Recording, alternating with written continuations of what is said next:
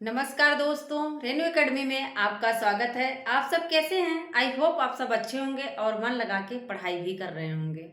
दोस्तों, हम काव्य शास्त्र पढ़ रहे हैं और काव्य शास्त्र में सारी चीजें याद करते हुए चल रहे हैं।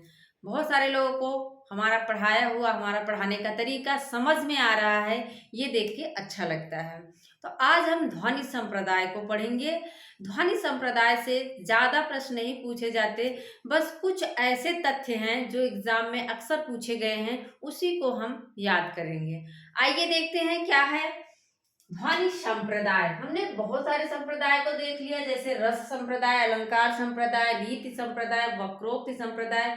वैसे रीति के बाद ही ध्वनि आएगा, क्योंकि रीति के है वामन और वामन के बाद आनंदवर्धन आते हैं। तो अगर आप नए हैं चैनल पर तो आप वीडियोस में जाके देख सकते हैं कितना आसान भाषा में आसान तरीके से हमने सभी चीजों को बताया हुआ है। आइए देखते हैं ध्वनि संप्रदाय। सभी जानते होंगे कि ध्वनि संप्रदाय के प्रवर्तक जो हैं कौन है? आनंदवर्धन है। अब ये ध्वनि है क्या? ध्वनि का मतलब एग्जाम में पूछा गया है कि ध्वनि का आधार क्या है। ध्वनि का आधार क्या है? तो ध्वनि का आधार है स्फोटवाद। क्या है स्फोटवाद? मतलब कि स्फुटित होना। किसी कोई बात अगर कही जा रही है तो उसका एक अलग अर्थ निकले, वही क्या है? ये स्फोटवाद हो गया। और व्यंजना शब्द शक्ति याद रखना, एग्जाम में पूछा हुआ प्रश्न है कि ध्वनिवाद के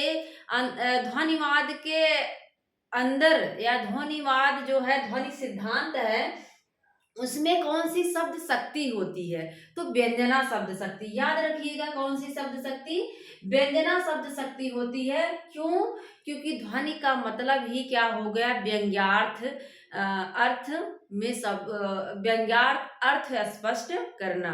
क्योंकि जो बात कही जा रही है उसका सीधे सीधे अर्थ ना लेके उसका एक अलग अर्थ ग्रहण करना ही क्या है? ध्वनि संप्रदाय है।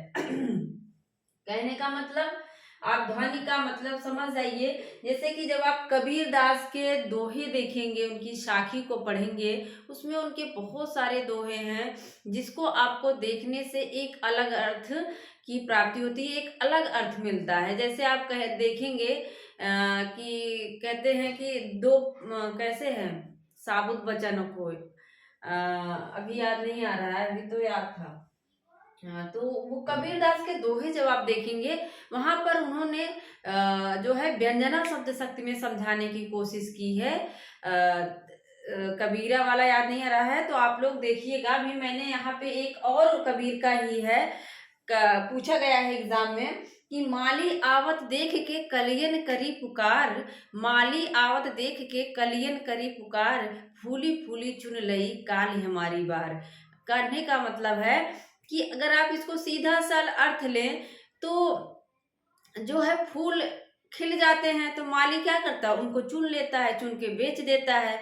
तो कली जो है, कलियां सोच रही हैं कि कल क्या है, हमारी बारी आ जाएगी। लेकिन इसको व्यंग्यार्थ ले, व्यंजना शब्द शक्ति में अगर ले तो क्या होगा कि मनुष्य जो है आया है, कुछ लोग चले गए हैं और कुछ लोग जाने वाले हैं। अर्थात कुछ लोग मृत्यु को प्राप्त कर लिए हैं और कुछ लोग मृत्यु के करीब हैं, कहने का मतलब है। तो आप सब ध्वनि का मतलब समझिए कि एक अलग अर्थ की प्रतीत होना ही ध्वनि है। ध्वनि के जो प्रवर्तक हैं आनंदवर्धन है और इनका ग्रंथ है ध्वन्यालोक। क्या है? ध्वन्यालोक इनका ग्रंथ है और इसी पर अभिनव गुप्त ने टीका लिखा ध्वन्यालोक लोचन नाम से। याद रखिएगा किसने लिखा? अभिनव गुप्त ने लिखा ध्वन्यालोक लोचन। ठीक है।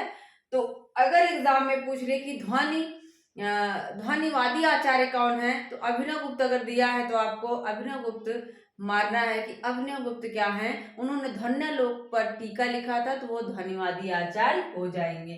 कहते हैं आनंदवर्धन काव्य से आत्मा ध्वनि रीति बुद्धैर समाननात् पूर्वा। उनका मानना है कि जो काव्य की आत्मा है वो क्या है? ध्वनि होती है। बस इतना ही जानिए, और ज्यादा आपको डीप जाने को कोशिश नहीं करनी चाहिए, क्योंकि अगर डीप गए तो खिचड़ी हो जाएगा। फिर क्या है, कहते हैं कि काव्य, अगर एग्जाम में पूछ ले कि काव्य की आत्मा ध्वनि किसने माना है, तो आनंदवर्धन। लेकिन एग्जाम में ये क्वेश्चन पूछ सकता है कि ध्वनि प्रस्थापन परमाचार्य कौन है। अब आप इसमें कंफ्यूज हो जाएंगे, सोचेंगे कि ध्वनि सिद्धांत की स्थापना तो किया था आनंदवर्धन ने, तो ध्वनि प्रस्थापन परमाचार्य जो है आप सोचेंगे कि आनंदवर्धन है। गलत है, मम्मट है। कौन है? मम्मट है। क्यों? क्योंकि जो आचार्य, जो विद्वान ध्वनि सिद्धांत का विरोध कर रहे थे, उनका मम्मट ने बड़ी विद्वता के साथ, बड़े ही तर्कपूर्ण विचारों से उनका खंडन किया। इसीलिए जो है, और इन्होंने क्या किया, ध्वनि सिद्धांत को एक सुदृढ़ आधार प्रस्तुत किया, एक सुदृढ़ मतलब कहते हैं कि व्यवस्थित किया, व्यवस्थित ढंग से उसको परिमार्जित किया। तो क्या हो जाएगा, ध्वनि प्रस्थापन परमाचार्य अगर पूछे तो किसको बताएंगे? मम्मट को बताएंगे। ठीक है, परमाचार्य कौन हो जाएगा? मम्मट हो जाएंगे, याद रखिएगा। और अभिनव गुप्त ने ध्वन्यालोकलोचन टीका लिखा था। तो आनंदवर्धन ने, देखो कि इन्होंने क्या किया, व्यंग्य का जो व्यंग्य था उसमें व्यंग्य के तारतम्य को आधार बनाकर काव्य के 3 भेद किए। 3 भेद अब देखेंगे कौन कौन सा है। ध्वनि काव्य, गुणीभूत व्यंग्य और चित्र काव्य। इन्होंने क्या कहा कि जो ध्वनि काव्य है वही उत्तम काव्य है। एग्जाम में पूछ सकता है उत्तम काव्य आनंदवर्धन ने किसे माना है, तो जो ध्वनि काव्य है वही क्या है, उत्तम काव्य है। और गुणीभूत व्यंग्य को इन्होंने क्या कहा, मध्यम काव्य। और चित्र काव्य को एग्जाम में पूछा गया है, तो इन्होंने चित्र काव्य को कहा अधम काव्य। अधम किसको कहेंगे? चित्र काव्य को। और मध्यम गुणीभूत, ध्वनि काव्य क्या है, उत्तम है। ध्वनि की स्थापना करते हैं तो ये ध्वनि काव्य को ही उत्तम मानते हैं। अब इसमें क्या होता है थोड़ा सा जान लो।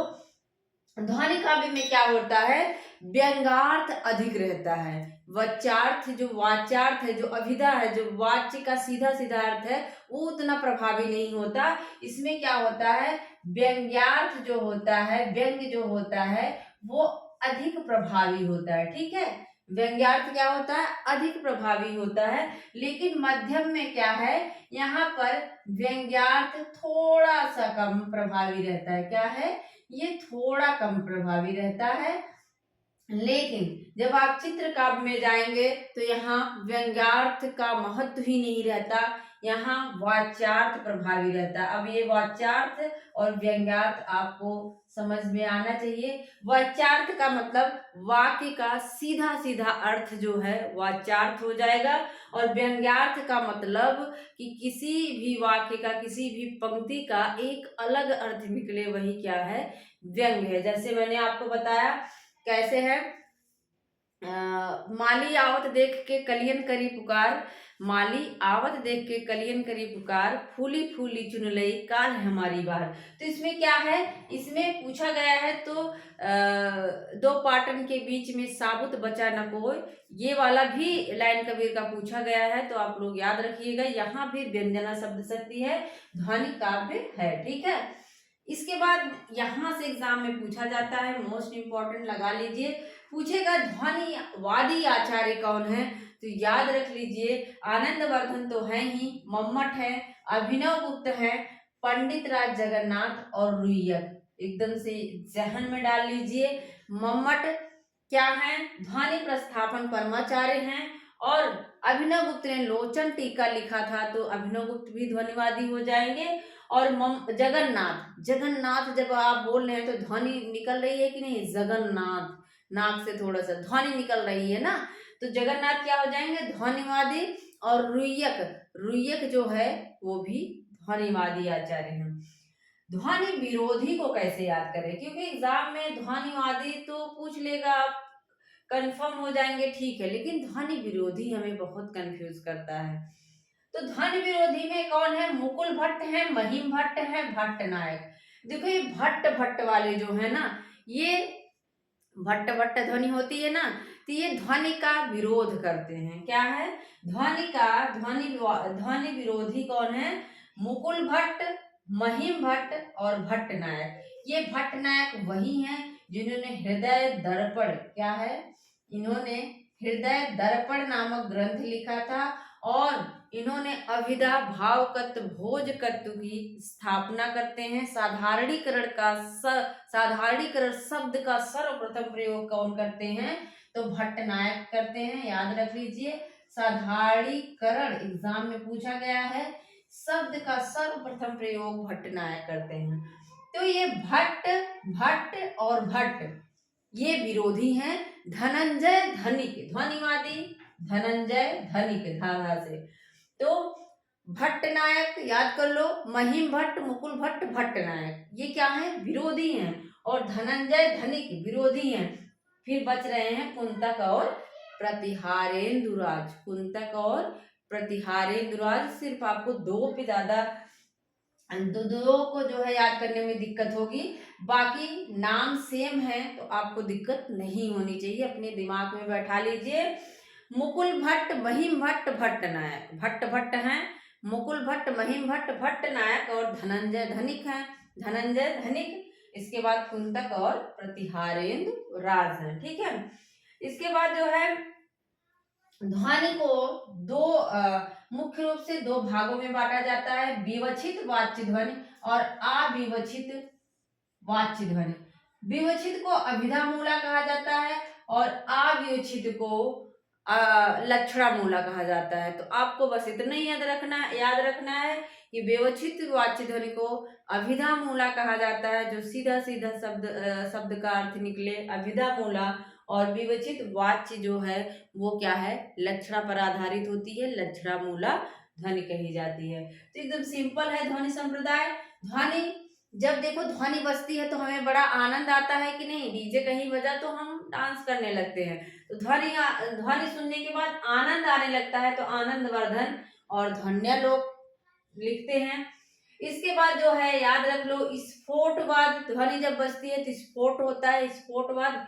और व्यंजना शब्द शक्ति जो है इसमें रहती है। और आनंद वर्धन ने 3 भाग किए हैं, 3 प्रकार जो है ध्वनि का किया है यहाँ पे। उत्तम काव्य कहा है, मध्यम काव्य और अधम काव्य। उत्तम काव्य मतलब ध्वनि काव्य, मध्यम में रखेंगे गुणीभूत व्यंग्य को, और चित्र काव्य मतलब अधम काव्य। ध्वनिवादी आचार्य कौन है, मम्मट, अभिनव गुप्त और कौन है, जगन्नाथ।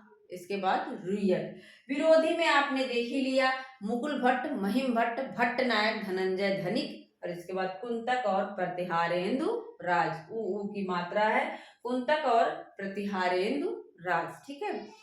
तो दोस्तों मुझे लगता है कि आप लोगों को चीजें समझ में आ गई होंगी। ऐसी वीडियो आपको देते रहेंगे, मिलते हैं अगले वीडियो में। Thank you.